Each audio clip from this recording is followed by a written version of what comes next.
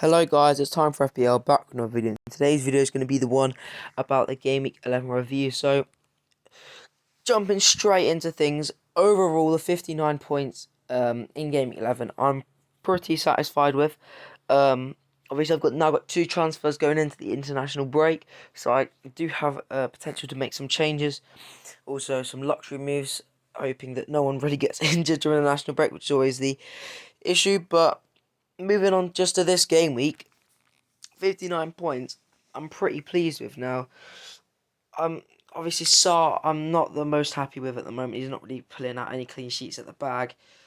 So he only managed to get the 2 point. I had Trent and Cancelo both getting high scoring game weeks, which sort of is good because it's made up for my defence. And if you were to say five defenders or five players in the defensive line, obviously four defenders and one goalkeeper, if you want them all to get a standard clean sheet, that would be six. So overall, out of your back line, you sort of want 30 points, and I have got at least 30 points with that team. I believe 32 last time I counted it up. So yeah, defensively, my team's looking good. Bit sad that Rudiger and Chilwell did not manage to get the clean sheet. Against Burnley, you're always hoping for them to be able to get a clean sheet, and Chilwell could have easily got an attacking return there, another day. But altogether, defensively, my team, yeah, I'm not too concerned about that. Now, in midfield, Salah only getting the 5 point, which obviously Adam has captain, so it doubled up to 10. No, I mean, it's Salah, isn't it? So he's pretty much always going to return. And by only getting 5 points this game week, it's not really impacted my team at all, to be fair, because everybody has captain Salah, or at least all the people that aren't making some shady decisions, just like I did a few weeks ago when I captained Cancelo. But yeah, so Salah only getting the 5 points, not too fussed about that. Rafinha getting the 9 points, really good by Rafinha. Quite a few people have him in, and yeah, sort of waiting for him to get a few good returns after a bit of a poor run of form, as you can see here. 2 9 points and then 1-0-3 in his other games, and then 2 8 points. So he's quite a, I don't know how to describe, wibbly wobbly player, if you like, where you don't really know what you're gonna expect from him. But yeah, the 9 points I'm happy with. Sadly, Grealish didn't play, so he came off for Hwang Hee-chan. Mount only with a 1 point, really upset they didn't even start the game. That is one of the players I'm considering getting out of the team, along with Grealish as well. Only considering is very far away from my final decision, but I do have a few options in mind.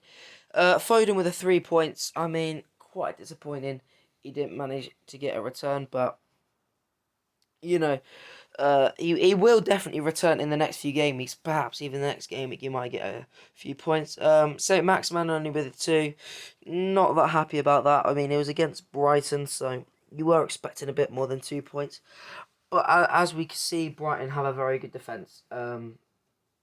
Especially for where they are in the league, they are pretty much the best defensive team in their sort of position in the league, to be fair. So you don't really expect much when you're coming against Brighton. Anyway, moving on to the next game week. This is how my team's looking. So obviously I've got 2 free transfers.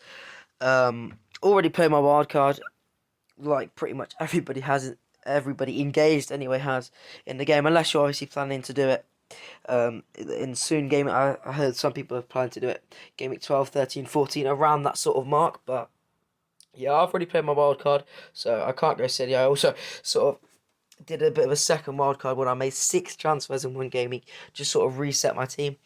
But that was a few weeks ago as well. But looking at this team right now, there's a few people in this team that I'm not fully happy with. Now, there's only 3 players, or 4, sort of 3.5, because a few of them I'm not that sure, a few of them I'm totally sure.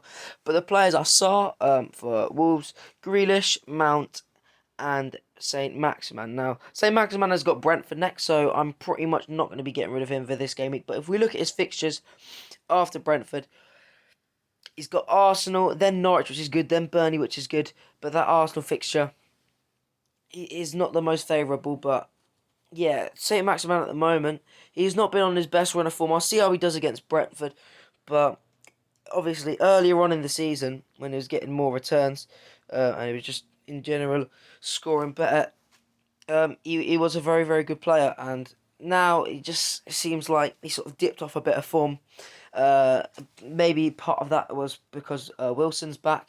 So sort of, if you want, he's sort of stealing all the chances. But in FPL, you really want to sign players for their teams that are either standout player, gonna get all the returns, be a bit greedy in that respect. But yeah, so Saint Maximin is one of them. Grealish and Mount are the other two. So the only reason I'm thinking about Grealish is because of his risk to start or not now. Now that Foden's back, now that a few players for City are back, Kevin De Bruyne as well. He's not fully guaranteed to start now. With my team at the moment, I can cover that like I did with Huang Yi-chan coming on. But it's just whether I really want to be taking that rotation risk. With Mount, again, a bit of a similar problem, the rotation risk. I sort of got him as a bit of a knee-jerk. But yeah, I just feel like he's not the best player for Chelsea at the moment, and there's no real spark from him. Obviously, apart from that hat-trick he managed to get, he hasn't really done that much else. So, yeah, that's quite disappointing. But I definitely do still have faith in him, just not as much as I did when I signed him. Defensively, I'm looking all good. And then Sarr in goal. I mean, yeah, he got West Ham next. Then he's got Wolves. Then he's got Norwich, then Burnley. So, yeah, I mean, I don't really know what to do with Sarr because he's not on his best of form. He's been conceding goals.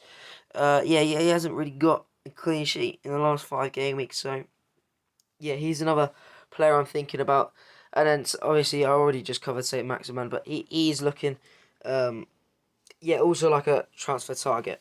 So now moving on to the transfers I'm thinking about, the players I'm thinking about. Now in goal, there are only really two options that I see valid, and that are Ramsdale.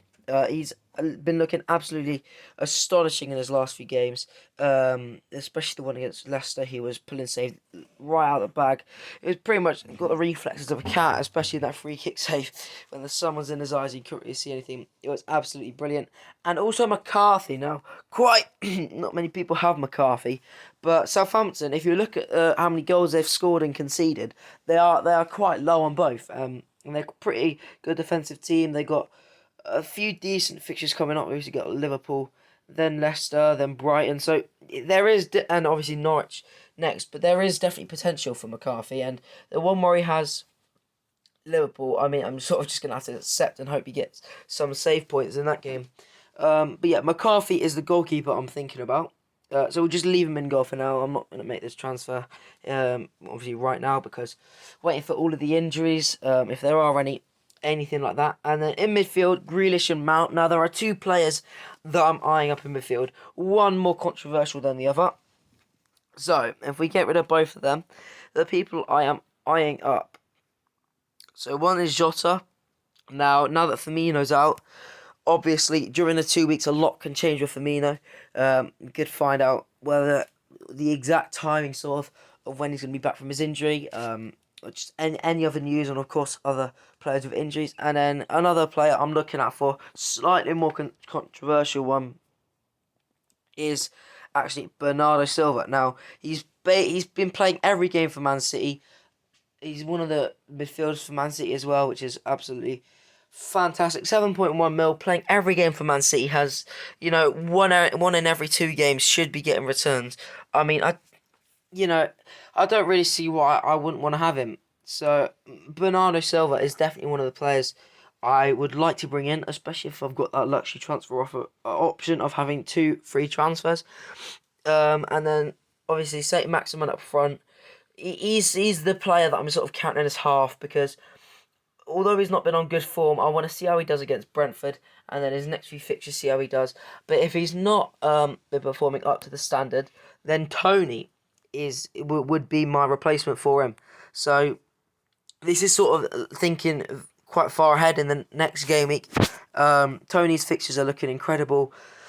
So yeah, really, you'd want to buy. Pretty much everybody would want to buy in Tony if they had the option to. He is looking like a good player in the Premier League.